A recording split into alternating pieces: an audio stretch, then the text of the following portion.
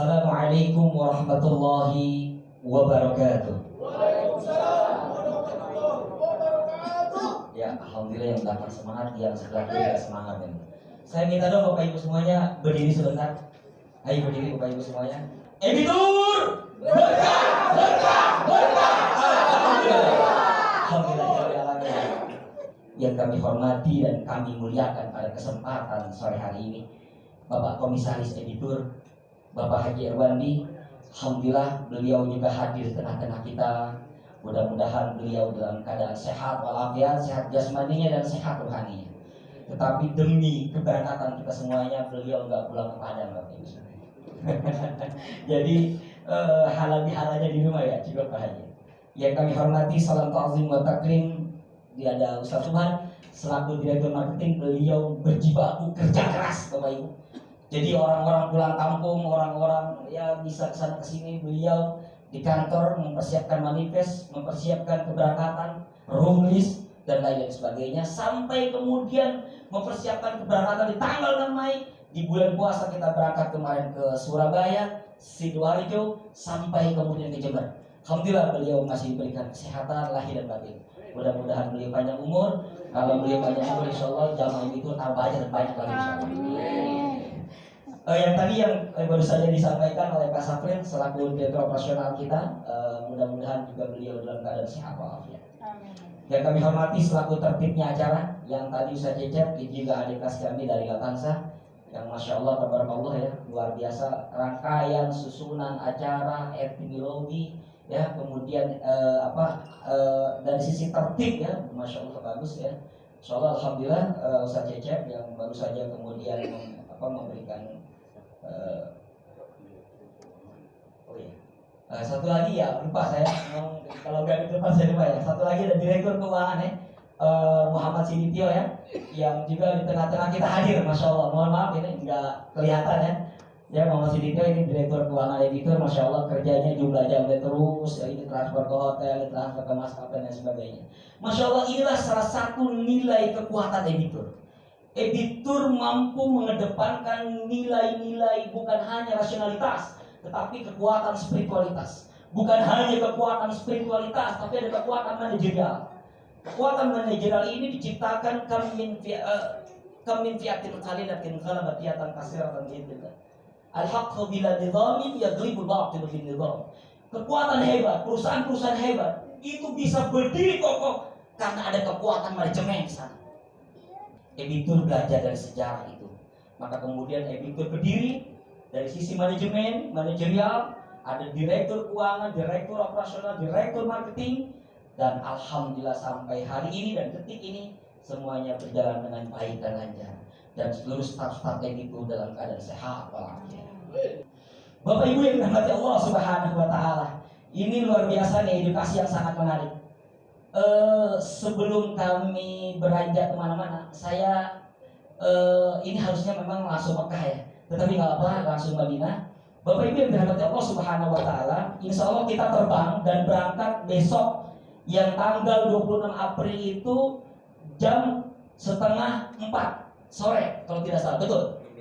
16.30 ini pesawat Garuda take off. Jadi take off pesawat Garuda. Dan seluruh para jamaah yang tanggal 26 ataupun tanggal 30, karena ini memiliki penerbangan yang sama, 911 atau 912 pesawatnya Garuda 982. Ini pesawatnya sama, jamnya sama, Garuda Indonesia langsung Jeddah, pulangnya Madinah. Ini adalah salah satu rangkaian ibadah yang sebenarnya disenangi. Kalau kemarin puasa begitu padat, hiruk pikuk, hampir tidak dibatasi, begitu tawa, begitu sa'i, begitu tahallul, masya Allah. Begitu padatnya luar biasa, maka kita padati seluruh rangkaian ibadah umrah di Mekah dan pulangnya di Madinah, tinggal langsung pulang dari Bandara Madinah. Insya Allah ini. Jadi kita masuknya Jeddah, pulangnya di Madinah dengan pesawat Garuda Indonesia. Ya, kemarin kita memberangkatkan tanggal 22 Maret, kemarin juga kita memberangkatkan tanggal 20 Maret, ya, tapi kita nggak memberangkatkan 10 malam terakhir, Bapak Ibu. Kenapa? Karena 10 malam terakhir kalau Bapak Ibu berangkat, itu travel paling murah 50 juta. Harga tertinggi di angka 60 juta. Editor kemarin memberangkatkan hanya kurang lebih 30 juta rupiah. Insyaallah kemarin itu kita baru memberangkatkan ya, alhamdulillah dengan sukses bulan puasa kemarin, alhamdulillah seluruh jamaah sudah pulang dengan selamat Bapak Ibu. Bapak Ibu yang dirahmati Allah Subhanahu wa taala, tanggal 26 April berangkat kurang lebih 193 jamaah. Tanggal 30 April berangkat 47 jamaah. Kurang lebih juga kemarin tanggal 6 Mei insyaallah penerbangan dari Surabaya langsung. Karena Ebitur punya cabang dari Surabaya di Sidoarjo, ya berangkat tanggal 6 Mei. Ya, jadi petugas kita itu sudah terbang kemarin sejak tanggal 23 kalau tidak salah. 23 kemarin ya, 23 April sudah terbang 7 orang. Kemarin sudah tawaf, sudah umroh, dan hari ini kita terbangkan juga petugas kita berangkat tadi jam 1 siang. Jadi masya Allah ini para petugas ya, para petugas dan pejuang-pejuang tamu Allah, ini sungguh luar biasa semangat mereka untuk melayani tamu-tamu Allah. Bu, kenapa sih kita semangat? Kalau bicara orientasi keuangan, masya Allah, Bapak Ibu bisa bandingkan travel kita dengan travel yang lain. Karena saya betul-betul ingin memberikan pelayanan terbaik kepada seluruh para jamaah di Provinsi Banten. Karena ketika saya berada, Bapak Ibu, nanti saya ceritakan di mana saya posisi berada saat itu. Saya meminta dan saya berurai air mata, ya Rob. Rasanya kok travel mahal-mahal banget ya. Boleh nggak ya Rob kalau engkau izinkan dengan ladunimu? Saya minta ladunimu. Karena saya nggak bisa apa-apa. Min ladunka waliyya, min ladunka sultanan nasira. Beri kami kekuatan ya. Beri kami kekuatan sehingga kami bisa membangun travel ini. Makanya namanya Ebitur. Kenapa? Zaman itu ada pos travel, ada abutu dan lain sebagainya, ditipu semuanya. Saya saat itu nggak memiliki apa-apa dan zamannya luar biasa. Makanya alhamdulillah datang Pak Haji Arwani ini sebagai spirit, semangat perjuangan, semangat cita-cita untuk membangun travel ini Bapak Ibu semuanya. Alhamdulillah ada Ustaz Subhan selaku manajemen, ada Pak Safril. Jadi kokohlah berdiri di tempat ini. Bapak Ibu dirahmati Allah Subhanahu wa taala, masuk kita ke materinya. Bapak Ibu, coba lihat materi ini adalah raudhah. Kata Nabi, ma baina baiti wa minbari raudhun min riyadil jannah. Antara rumahku, kata Nabi, dan mimbarku ada taman, dan itu adalah taman surga. Kemudian pertanyaan, Ustaz, di mana tempat-tempat mustajabah? Kalau kita nggak memahami tempat ini Bapak Ibu, kita mungkin akan karena katanya bahwa ada dunia fa'alihi bil ilmi. Kalau kita ingin kehidupan dunia, maka dengan ilmu. Kalau kita ingin kehidupan akhirat juga dengan ilmu. Kalau kita mau tahu ilmu mustajabah ya di mana? Coba perhatikan baik-baik. Ini mihrab Hanafi. Mihrab Hanafi ini memiliki keajaiban ya, kemudian keberkahan ya, mustajabah doa di sini. Perhatikan baik-baik. Mihrab Hanafi. Yang kedua adalah mihrab Maliki. Terus sini ya, mihrab Maliki. Terus mihrab Maliki agak sebelah kiri. Ya, ini mihrab Maliki. Ini kita pakai kiri ya. Ini mihrab Maliki. Tugas kita. Ya, ini mihrab. Oke, stop sini. Ini mihrab Maliki. Mihrab Maliki ya. Ini nih mihrab Maliki.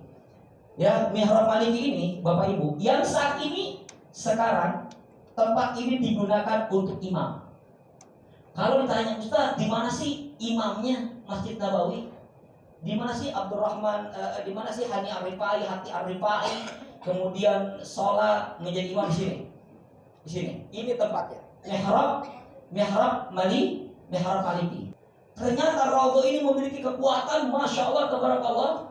Ketika Bapak Ibu bersujud di raudhah, yang tadi saya katakan sujud nanti di mihrab Maliki atau mihrab Hanafi, ya, atau mihrab Utsmani, atau dituang di tiang Ustuana Hanana, Ustuana Lubabah, Ustuana Taubah, Ustuana Harisa, berdiri dan kemudian sujud. Bapak Ibu semua, ketika Bapak Ibu megasnya dengan betul-betul sholawat, Allahumma sholli ala sayyidina Muhammad wa ala ali sayyidina, terus digas dengan sholawat, Bapak Ibu akan merasakan ketentraman, dan ketentraman itu tidak akan pernah Bapak Ibu miliki, hanya dimiliki di raudhah Bapak Ibu. Ketentraman. Kalau ketentraman, kedamaian batin, sejuk damai, maka mulai ngegas doa. Tapi feel-nya dapat nggak? Kalau feel-nya dapat, langsung ngegas. Tapi kalau feel-nya nggak dapat, Bisa dipahami ya bahasa saya. Feel-nya dapat nggak? Rasanya dapat nggak? Kalau rasanya belum dapat, jangan ngegas dulu untuk berdoa. Saya berkali-kali ngomong. Tapi kalau rasanya udah dapat kedamaian, ketentraman, jiwa tenang, damai, langsung gas. Langsung doakan orang tua kita, anak-anak kita, istri kita. Kalau dapat feel-nya. Tapi ada yang nggak paham. Ketika datang ke Allah, Masya Allah, ya Allah, ya Rabbi, minta berkah, minta ini, minta itu. Percuma. Inilah yang disebut dengan ilmu. Ibu, bapak, kalau bapak mau masuk Masjidil Haram, apakah kemudian masuk aja? Enggak. Password yang paling menarik ketika masuk Masjidil Haram, apa itu? Allahumma iftah lana abwabar rahmah wa abwabal maghfirah wa abwabal rizki wa abwabal nikmah. Masya Allah. Ketika itu Bapak Ibu ucapkan, ketika masuk ke Masjidil Haram, maka dapatlah 100.000 rahmat. Salatun fi masjidil hadza afdal min alfi salatin fi masjidil masjidil haram. Wa salatun fi masjidil haram afdal min mi'ati alfi salat. Dan salat di Masjidil Haram itu memiliki nilai 100.000 rahmat. Jadi jangan Bapak Ibu kira ada semua passwordnya. Oh, masuk laptop aja ada passwordnya. Masuk rumahnya juga kudu salam, betul nggak? Ketika masuk ke raudhah, nggak tahu adabnya, nggak tahu doanya. Wassalamualaikum. Selama ini doa-doa kita sia-sia. Makanya inilah pentingnya ilmu dan edukasi yang kita berikan. Baik, apa tadi? Passwordnya sholat. Ini sejarahnya nih. Jadi ketika Rasulullah SAW menaiki mimbar satu persatu. Satu mimbar, satu kedudukan, satu ketukan mimbar. Ketika mau masuk mimbar ya, satu dia bilang, ya Rasulullah, Jibril mengatakan, kalau saya ada umatmu ya Rasul, dia berdoa, tidak menyebutkan namamu ya Rasul, doanya mu'allaqun baina samai wal ard, doa itu akan tertunda antara langit dan bumi. Masya Allah, kata Rasul. Benar. Ternyata sehebat apapun ibu berdoa tanpa menggunakan sholawat di depannya dan tanpa menggunakan sholawat di belakangnya, amaluhum mardudatun la tuqbal. Doanya itu enggak diterima dan mu'allaqun baina samai wal ard, doanya ngambang antara langit dan bumi. Makanya apa? Pertama kali Allahumma shalli ala sayyidina Muhammadin fil awwalin wal akhirin wa barik wa sallim wa radhiyallahu ta'ala an kulli sahabati rasulillah ajmain. Terakhir, wa sallallahu ala sayyidina Muhammadin nabiyil ummi wa ala alihi wa sahbihi wa sallim. Passwordnya sholawat. Nah, ketika passwordnya sholawat didendangkan terus nih, di sini di raudhah, di tempat-tempat tiang-tiang yang tadi saya sebutkan, ada nanti kalau laki-laki barang emasnya saya sebut itu tiang Sayyidah Aisyah, itu tiang Taubah, itu tiang Harisah, itu tiang Syarir, ya kan? Itu tiang Ustuanah Al-Wufud. Jadi ini begitu luar biasa ya. Ustuanah Al-Wufud ini, Bapak Ibu ya, ini betul banget. Ini ketika mau masuk perjanjian, Rasul sering menerima para petinggi kaum kafir Quraisy. Ya, orang-orang Yahudi, Rasul sering meminta, sering menjamu di sini. Yang kemudian, masya Allah, ini raudhah Bapak Ibu. Apalagi Ustaz, selain memberikan ketenangan, betul ketenangan didapat. Yang kedua, ternyata di dalam tafsir Qurtubi itu, raudhah itu ada pendapat ittifaqnya ulama. Ini raudhah yang Bapak Ibu sholat itu akan diangkat oleh Allah nanti di yaumul akhir. Diangkat langsung menuju surganya Allah. Ini raudhah Bapak Ibu. Itu diangkat oleh Allah, bukan diangkat, dipindahin Bang, dipindahin ke surga. Jadi disitulah Bapak Ibu semuanya melihat dan menyaksikan bagaimana peristiwa yang berdoa di raudhah. Ini taman surga. Apa yang diangkat lagi? Uhud, Gunung Uhud. Siapa yang pernah ke Gunung Uhud? Barang siapa yang menyaksikan Gunung Uhud, maka nanti kata Allah akan menyaksikan di surga. Ternyata Gunung Uhud itu ada diangkat Allah menuju surga Allah. Itulah raudhah. Ya, jadi raudhah itu diangkat oleh Allah menuju surga Allah. Yang ketiga nih, pendapat lagi yang ketiga. Ada mimbar. Kali itu ada mimbar di raudhah. Mimbar itu ternyata Bapak Ibu, itu sejajar ditarik vertikal seperti ini ke atas 90 derajat. Itu bersamaan dengan telaga Al-Kautsar. Masya Allah. Jadi ketika di Raudhah, pertama adalah perbanyak membaca sholawat, ya, perbanyak membaca sholawat. Kalau sudah masuk ke ketenangan batin, jiwa damai, ketenangan, baru maka setelah itu berdoa. Kemudian kita masuk ke makam Rasul. Nah ini makam. Kalau kita melihat makam Rasulullah SAW, Bapak Ibu yang dirahmati Allah Subhanahu Wa Taala. Jadi kalau kita keluar tadi dari pintu Raudhah, kemudian kita masuk ke makam Rasulullah SAW, apa sih yang terbesit di hati kita? Di hati kita adalah ketika kita melihat makam Rasulullah SAW, tidak ada satupun yang bisa kita sampaikan kecuali tadi, Assalamualaikum ya Rasulullah. Assalamualaikum ya Habibullah. Assalamualaikum ya Sohbatullah. Perhatikan baik-baik. Jadi ketika berada di makam Rasulullah SAW, ya, ketika berada di makam Rasulullah SAW, bukannya yang pertama. Jadi ini kalau Bapak jalan nih, itu belum masuk ke makamnya. Nanti pada saat sini ada tiang yang bolongan itu bolongan emas besar. Di ada Rasulullah SAW. Bapak Ibu yang dirahmati Allah Subhanahu Wa Taala. Inilah makam Rasulullah Sallallahu Alaihi Wasallam yang kemudian pada saat Rasul meninggal dunia, para sahabat bingung. Terjadi lama untuk Nabi dimakamkan. Di mana Nabi dimakamkan? Banyak meminta Nabi dimakamkan di mimbarnya Rasulullah.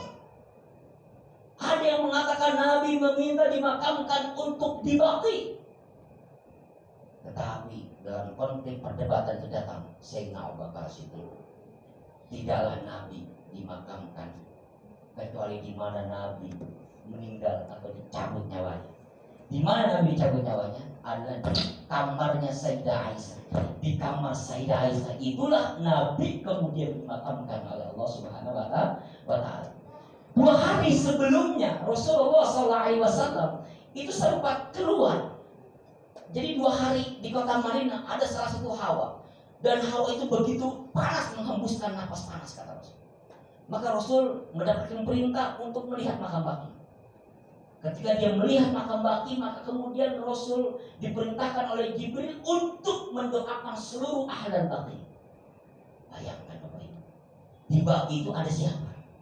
Di Baqi itu ada makam Sayyidah Aisyah. Di Baqi itu ada makam Raghayah. Di Baqi itu ada makam Zainab. Di Baqi itu ada makam Siti Fatimah Az-Zahra. Di makam Baqi itu ada makam Halimatus Sya'diyah. Di Baqi itu ada makam Sayyidina Utsman bin Affan. Di makam Baqi itu ada makam Abdurrahman bin Auf. Dan Rasulullah SAW ketika itu melihat dan memberikan doa, Allahumma firli ahlal Baqi. Dan disitulah kemudian Rasulullah Sallallahu Alaihi Wasallam memberikan syafaat kepada seluruh ahli Baqi. Makanya ketika Rasulullah Sallallahu Alaihi Wasallam meninggal dunia, Jibril sempat tidak hadir di sampingnya. Ditanya oleh malaikat Israel, wahai Jibril. Jibril tidak ada. Kalau Jibril tidak ada, wahai Israel, silakan engkau kembali dan engkau pulang, sampaikan salamku kepada Jibril. Kemudian Jibril hadir. Assalamualaikum ya Rasulullah. Ada apa ya Rasulullah? Wahai Jibril, kenapa engkau dalam detik-detik terakhirku tidak berada di sampingku? Bukankah ketika engkau ada, Israel ada, bukankah engkau juga ada, wahai Jibril? Rasul mengatakan, Jibril mengatakan, wahai Rasul, engkau adalah manusia mulia, manusia terhormat, manusia agung. Mana mungkin aku yang selalu hidup mendampingimu ya Rasul harus meregang nyawa di hadapanku dan aku melihat engkau wahai Rasul meregang nyawa di hadapanku dan aku tidak sanggup wahai Rasulullah. Kenapa engkau menoleh? Aku menoleh. Aku tidak ingin melihat orang kekasih tercinta, paduka tercinta meregang nyawa di hadapanku, kata Jibril. Maka ketika Rasul melihat itu, Jibril diperintahkan oleh Israel untuk mengepakkan sayapnya. Tidak, untukmu ya Rasulullah, aku tidak akan mengepakkan sayap. Juga untukmu ya Rasulullah, kata Israel, bukan aku nanti akan mencabut nyawamu. qul yatawaffakumul malakul mautil ladzi wukila bikum summa ila rabbikum turja'un. Wahai Rasul, untukmu langsung aku Israel yang mengeksekusi nyawamu, tapi untuk umatmu bukan aku. Wahai Rasul, banyak para malaikat yang akan mencabut dan mengeksekusi nyawa umatmu. Baik, kemudian dicabut Rasulullah. Ketika dicabut nyawa Rasulullah, apa yang dikatakan oleh Rasul?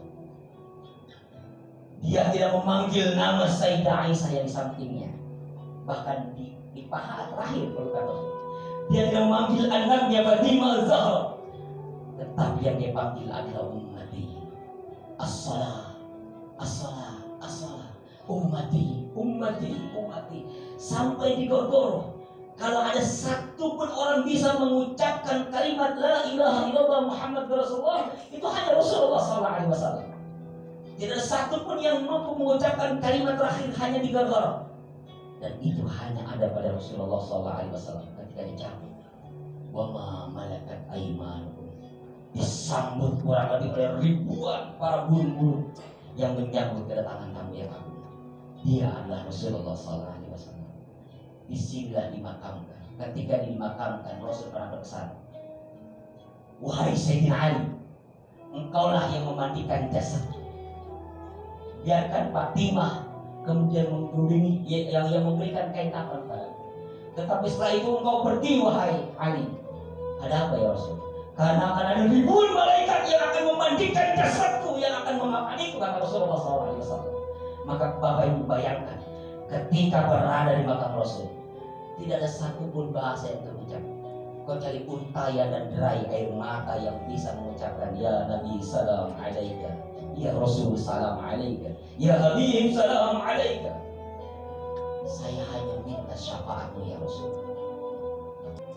Kalau kita datang ke makam Rasul, ibu bisa berdiri, ibu bisa berdoa, tetapi Bung Karno dari pintu Babu Salam merangkak menuju makam Rasulullah SAW. Kemudian ditanya, wahai Bung Karno, bukankah engkau Presiden Republik Indonesia? Kenapa engkau harus merangkak? Wahai ajudan, merangkak engkau.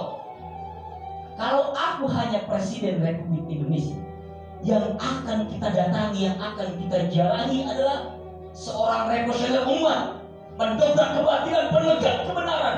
Dialah Rasulul Amin, Rasulullah SAW. Kemudian merangkak dan datang menuju makam Rasul sambil berselawat kepada Nabi. Masya Allah. Ini Bung Karno mengajarkan etika dan nilai-nilai kebenaran. Makanya wajar beliau adalah seorang revolusioner yang kemudian ternama.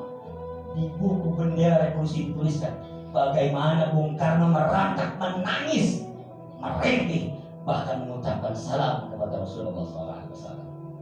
Jadi inilah makam Rasulullah SAW. Mudah-mudahan kita semuanya diizinkan oleh Allah untuk bisa bersalawat di makam Rasulullah SAW. Di sampingnya ada makam Sayyidina Abu Bakar As-Siddiq. Sayyidah Aisyah pernah dikatakan oleh Rasul, ya Sayyidah Aisyah, amal ayahmu itu dibandingkan dengan seisi dunia ini, maka lebih berat amal ayahmu Sayyidina Abu Bakar As-Siddiq. Makanya berada di makam di samping rumah Rasulullah. Kemudian sudah ada tuh, di sana ada makam Rasulullah. Di sampingnya lagi ada makam Sayyidina Abu Bakar As-Siddiq. Di sampingnya lagi ada makam Sayyidina Umar bin Khattab. Seorang pejuang, seorang yang berdampingi Rasulullah SAW. Terjadi Islam akan terjadi begitu besar. Ekspansi Islam besar-besaran terjadi pada zaman Khalifah Sayyidina Umar bin Khattab. Bagaimana? Ketika Sayyidina Umar berkata kepada Sayyidah Aisyah, wahai Sayyidah Aisyah, kalau nanti aku meninggal dan saya sudah berikrar untuk meninggal di kota Madinah. Betul.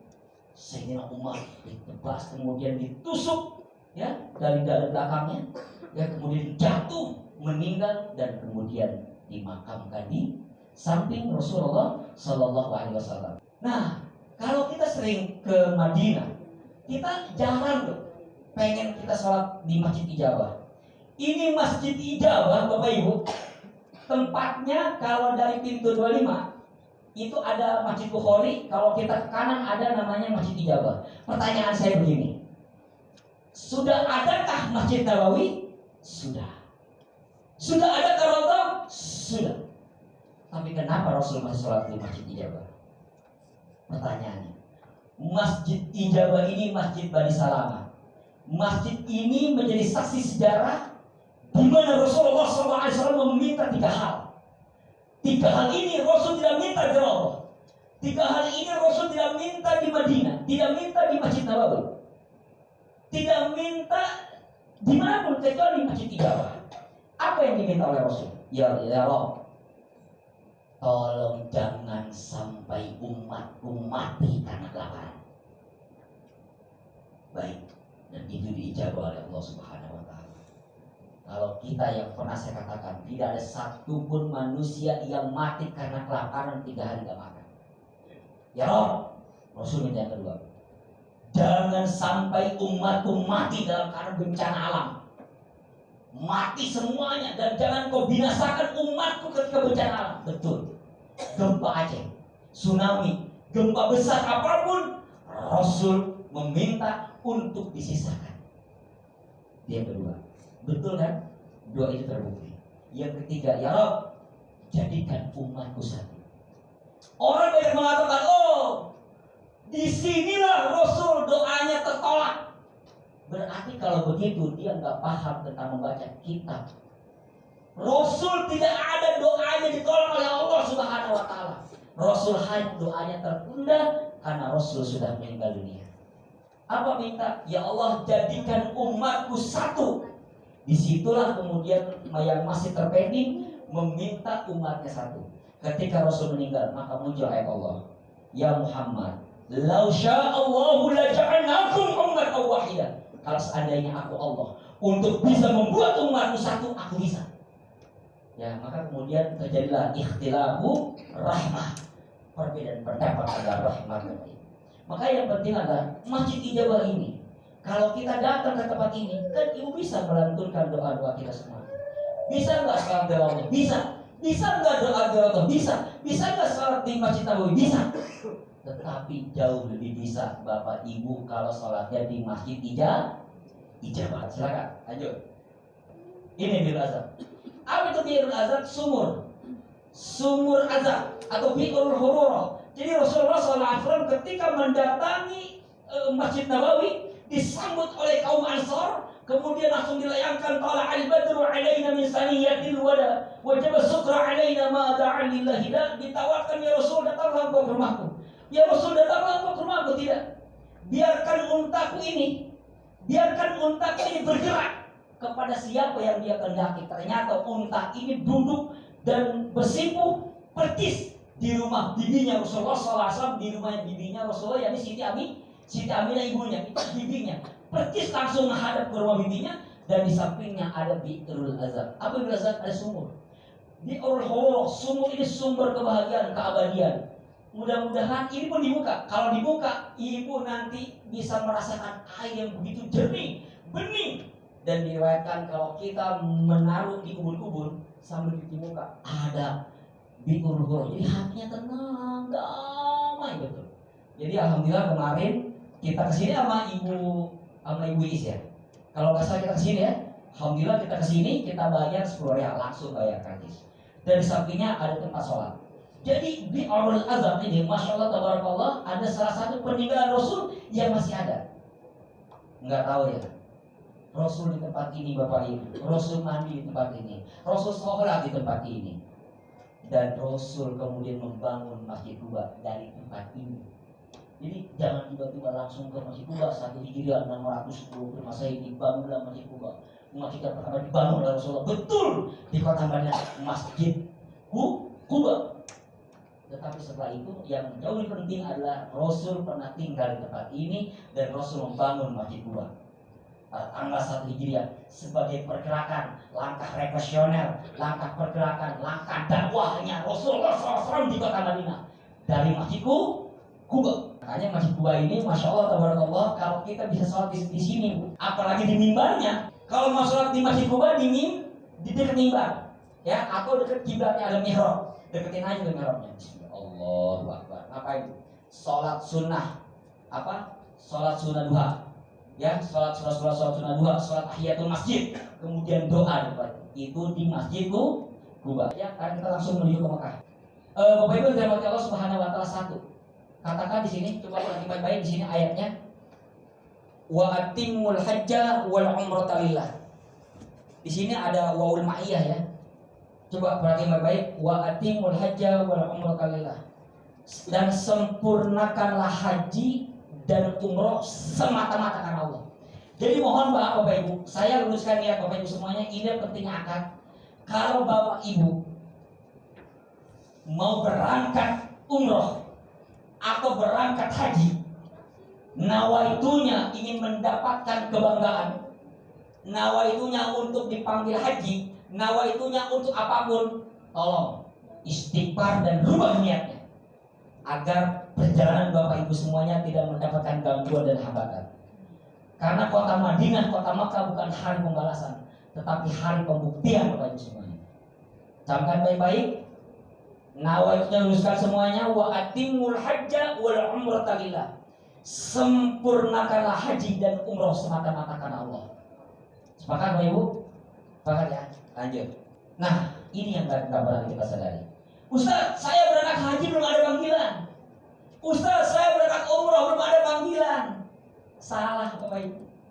Ternyata Nabi Allah Ibrahim sudah berdoa kepada Allah Subhanahu wa taala dengan mengatakan wa azim bin nasi bil haji ya'tuka rijalan wa 'ala kulli dhamirin ya'tina min kulli fajjin 'ami. Aku meminta kepadamu ya Allah ya Rabb untuk memanggil seluruh manusia untuk bisa berhaji atau berumrah, baik yang itu sedang berjalan kaki ataupun menaiki kendaraan unta. Jadi ternyata kita sudah dipanggil oleh Allah sejak usia 3 bulan 10 hari, sejak usia dalam kandungan. Ketika ruh dalam kandungan, alastu birabbikum, Allah berkata, bukankah aku ini Tuhanku? Qalu bala syahida. Disitulah kemudian ditentukan jodohnya, rezekinya, ajalnya, matinya. Kemudian kita dipanggil oleh Allah untuk bergerak menuju rumah Allah. Tapi ternyata kita tak pernah tahu itu semua. Ternyata Ustaz belum ada panggilan. Bukan belum ada panggilan, kayaknya malas. Bukannya belum ada panggilan, kita lebih penting biayain buat kontrakan, lebih pentingin buat ngambil motor, ngambil rumah, ngambil mobil, ketimbang berangkat umrah. Nah, inilah pentingnya wa adzim bin nasi bil haji yatuka rijalan wa 'ala kulli dhamirin yatina min kulli fajin. Di mana nih berdoa? Ternyata Nabi Ibrahim berdoa di makam Ibrahim. Lanjut. Kalau kita memulai tawaf itu dari mana? Hajar Aswad. Dari Hajar Aswad sampai ke makam Ibrahim. Doanya apa? Kalau dari Hajar Aswad, di sini Hajar Aswad sejajar ya. Sejajar ya. Perhatikan sejajar, ini Hajar Aswad, ini saya. Kita akan menunjuk, kita akan istilah. Bismillahi Allahu Akbar. Ya, Bismillahi Allahu Akbar. Subhanallah walhamdulillah wa la ilaha illallah wallahu akbar wa la hawla wa la quwwata illa billahil aliyyil azim. Wassalatu wassalamu ala Rasulillah sallallahu alaihi wasallam. Allahumma imanan bika wa tasdiqan bi kitabika wa wafa'an bi ahdika wa ittiba'an li sunnati nabiyyika Muhammad sallallahu alaihi wasallam. Allahumma inni as'aluka al-'afwa wal 'afiyata wal mu'afata fid din wad dunya wal akhirah wal fawza bil jannah wal najata minan nar. Kemudian kedua, Allahumma inna baitaka 'azim wa wajhaka karim wa anta ya Allah halimun karimun 'azimun tuhibbul 'afwa fa'na ya karim. Ini nanti akan kami pandu Bapak. Tetapi yang jauh lebih penting adalah ketika Bapak Ibu melihat Hajar Aswad ini, Bapak Ibu, dialah yang memiliki gelombang magnet tertinggi di muka bumi ini. Dialah yang membuat hati kita kangen, rindu dan kepengen balik lagi. Apa itu Hajar Aswad ini bukan batu dari material Bapak Ibu, bukan batu dari gunung, bukan. Batu inilah yang melengkapi Ka'bah, yang kemudian diberikan oleh malaikat Jibril kepada Nabi Ismail Bapak Ibu. Pertanyaannya, Ustaz, siapa yang membangun Ka'bah? Siapa? Siapa yang mendirikan Ka'bah? Siapa?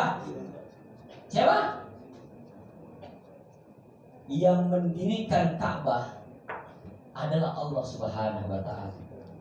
Yang membangun Ka'bah, yang merenovasi Ka'bah adalah Nabi Allah Ibrahim wa iz yarfa'u Ibrahimul qawa'ida minal baiti wa Ismail. Nabi Ibrahim dan Nabi Ismail adalah yang kemudian memperbaiki tiang-tiang yang ketika itu runtuh pada zaman Nabi Nuh. Tapi titik gospotnya udah ada, tempatnya udah ada, karena runtuh diterpang oleh badai gelombang saat itu, maka runtuh Ka'bah bahkan didirikan kembali. Ketika didirikan kembali maka diletakkan di situ Hajar Aswad. Ini Hajar Aswad lah yang mampu menggerakkan rotasi bumi, matahari, bulan, semuanya berputar pada porosnya. Berputar pada porosnya, yang menggerakkan adalah Hajar Aswad. Sampai kemudian ke langit, sampai ke bawah ada orang-orang yang sedang bertawaf. Inilah Hajar Aswad yang membuat kita kangen, rindu, ingin berjumpa dengan Baitullah. Inna awwala baiti wudi'a lin-nasi lallati bi Bakkah mubarakah. Kata Allah, sesungguhnya rumah yang pertama kali aku bangun di atas muka bumi ini apa? Baitullah. Inna awwala baiti wudi'a lin-nasi lallati bi Bakkah mubarakah wa hudan lil alamin. Emang ada apa sih di dalamnya? Emang ada apa di dalamnya? Yang memiliki keajaiban besar selain Hajar Aswad ada maqam Ibrahim. Fihi ayatun bayyinatun maqamu Ibrahim. Fihi ayatun bayyinat. Kata Allah di dalam Al-Quran, di dalamnya ada tanda-tanda kekuasaan bukan Allah. Apa tandanya? Tandanya adalah maqam Ibrahim. Wa man dakhalahu kana aminan. Kalau kalian masuk ke dalamnya, ke dalam area Ka'bah ini, kana aminan, pasti selamat kata Allah. Makanya diprediksi nuklir, gelombang gravitasi bom itu bisa tertolak dengan maqam Ibrahim. Jadi ternyata ada kekuatan yang maha dahsyat. Fihi ayatun bayyinatun maqamu Ibrahim wa man dakhalahu kana amina. Masya Allah. Kalau kalian masuk ke dalamnya pasti aman, bro. Dan bukan hanya itu. Yang tadi Bapak Ibu sebutkan mu'adzin bin nasi bil haji atuka rijalan. Doanya di tempat ini, Bu. Akan datang seorang nabi yang lahir di negeri Arab, tepat di Bukit Sofa, di Jabal Qubais. Doanya di sini, Bu. Siapa yang berdoa? Maqam Ibrahim. Makanya di maqam Ibrahim ada tapak tilasnya ya. Napak tilas siapa? Nabi Ibrahim. Ngapain di sini, Bu? Ngapain? Wattakhidhu min maqami Ibrahim musalla. Di tempat ini Ibu sholat. Kalau sholat di tempat ini tidak satu berdoa Bapak Ibu ditolak. Hei umat, maqamu Ibrahim itu tanda-tanda kekuasaan bukan Allah. Wa man dakhalau, kalau kalian masuk ke dalamnya, kana aminan, pasti aman. Terus ngapain ya Rob? Wattakhidhu min maqami Ibrahim musalla. Kalau kalian masuk dalamnya, kalian sholat 2 rakaat. Makanya ada sholat sunat tawaf 2 rakaat, atau sholat di maqam Ibrahim 2 rakaat. Kalau bisa nih, satu teman yang ngajakin, satu teman sholat. Allahu Akbar. Masya Allah Bapak Ibu. Udah nggak ada cerita doa ibu yang enggak ditolak. Enggak akan pernah ditolak doa itu. Fihi ayatun bayyinat. Inilah tempat yang kemudian gelombangnya tinggi. Rudal nggak bisa masuk, ini nggak bisa masuk. Sampai kemudian burung saja bisa bertawaf. Nggak bisa dia melewati Ka'bah. Karena Ka'bah ini kalau ditarik vertikal lurus, ada Baitul Ma'mur. Sejajar dia dengan Baitullah. Namanya maqam Ibrahim. Ayo. Paham ya maqam Ibrahim ya? Makanya kalau di maqam Ibrahim perlambat gerakannya, ya Allah ya Rob. Tapi kalau lagi ihram jangan ditempelin, Bu. Kenapa? Karena larangan ihram ada minyak wanginya. Ya maqam Ibrahim nanti kalau Bapak Ibu udah selesai tawafnya, mau tawaf sunnah, deketin maqam Ibrahim. Saya liatin pelan-pelan. Ya Allah ya Rob. Terima kasih Engkau telah memanggilku menuju rumahmu ya Rob. Ya Rob, saya datang ke sini baru sendirian ya Rob. Saya belum memanggil istri kami dan anak-anak kami ya Rob. Cuma baru ini yang bisa kami datang ke rumahmu dengan rezeki yang tak bisa kami dapatkan. Kelak ya Rob, kami bisa datang lagi bersama istri kami dan anak-anak kami ya Rob. Amin. Wah, itu Bu. Dan yang terakhir Ibu, ada Bukit Sofa dan Bukit Marwah. Jadi Sofa Sofiun, Bukit Sofa itu tercipta karena cinta suci jernih seorang Nabi Ibrahim kepada istrinya Siti Hajar. Puluhan tahun gak punya anak Bapak Ibu. Maka kemudian Allah berikan anak. Ketika diberikan anak maka ditinggalkan oleh suaminya Ibrahim di gurun tandus. Di gurun tandus, di padang pasir yang tidak ada air, tidak ada kehidupan, kering kerontang. Ketika dia punya anak, dia tinggalkan. Ya Aba Ibrahim, kata Siti Hajar, apakah engkau akan meninggalkan anak dan istrimu, wahai Aba Ibrahim? Itu Nabi Ibrahim jalan aja, ya Aba Ibrahim, dipanggil oleh Siti Hajar. Ini anakku sudah lahir, engkau mendapatkan seorang anak. Ketika engkau mempunyai seorang anak, kenapa engkau tinggalkan ya Aba Ibrahim? 2 kali panggil tidak ada, nggak nyaut. Makanya ketika ya Aba Ibrahim, apakah ini perintah Allah? Berhenti. Ya benar, ini perintah Allah. Silakan ya Aba Ibrahim. Kalau ini perintah Allah, niscaya anakmu tidak akan mati kelaparan, tidak akan mati kehausan. Lanjutkan perjuangan ya Aba Ibrahim. Jadi ternyata kalau kau udah melangkah tuh tekad tuh, udah jangan nengok kiri kanan tuh. Bismillah, jalan. Dipanggil ibu. Ketika dipanggil maka kering kerontang, tidak ada tanda-tanda kehidupan. Bukit Sofa tercipta karena cintanya Siti Hajar kepada suaminya Nabi Ibrahim. Bukit Sofa tercipta karena cintanya Siti Hajar kepada anaknya Nabi Ismail. Karena merintih, meregang, menangis karena tidak ada air. Maka kemudian dari Bukit Sofa lari ke Bukit Marwah. Sofa, Marwah 1, Marwah, Sofa 2. Jadi bermulai di Bukit Sofa, berakhir di Bukit Marwah. Oh ternyata dalam kehidupan, kalau kita camkan bagai cinta kita kepada istri, cinta kita kepada anak, cinta kita kepada istri anak, Masya Allah, maka akan melahirkan Bukit Marwah. Jadi dari Bukit Sofa kemudian ke Bukit Marwah. Apa itu Marwah? Harkat, derajat, pangkat dan jabatan. Maka wajar orang-orang yang menzalimi istrinya, orang-orang yang menghardik istrinya, orang-orang yang menselingkuhi istrinya, kawin kemudian gak ngomong-ngomong, pasti akan jatuh perlahan-lahan. Kenapa? Karena itu ada bahasa pengkhianatan. Makanya bahasa yang dicamkan oleh Nabi Ibrahim, oleh Siti Hajar, dimulai dari abda'u. Saya bermula. Abda'u bima bada Allah bihi wa rasulih. Inna sofa wal marwata min sa'illah. Faman hajjal baita aw i'tamara fala junaha alaihi ay yatawwaba bihima. Faman tatawwa khairan fa innallaha syakirun alim. Ternyata Bukit Sofa dan Marwah memiliki nilai keajaiban yang luar biasa. Apa itu? Keajaiban rezeki, keajaiban harkat, derajat, pangkat dan jabatan. Jadi persoalan pangkat, persoalan jabatan, persoalan rezeki, ya pangkat terutama adanya di Bukit Marwah. Ini Bukit Marwah. Makanya kita tahallul wa bi kulli sya'ratin hasanatun wa muhu biha syaitan hasanatan warfa biha indaka 'ala darajat. Jadi setiap helai rambut itu akan merontokkan dosa kita. Semakin banyak dipotong rambut, semakin menggugurkan dosa kita. Walikulli sya'ratin, setiap helai rambut yang dipotong, walikulli sya'ratin hasanatun, setiap helai rambut dipotong itu memberikan dampak kebaikan. Walikulli sya'ratin hasanatun wamhu biha sayi'atan hasanatan. Jadi kalau kita motongnya banyak, warfa biha indaka 'ala darajat, maka kemudian Allah angkat derajatnya. Di mana Allah angkat derajatnya? Di Bukit Marwah, Bapak Ibu. Masya Allah. Ini Bukit Sofa dan Marwah sudah saya. Masya Allah, sudah selesai. Saking kerasnya, saya nggak berasa ternyata sudah selesai. Baik, assalamualaikum warahmatullahi wabarakatuh.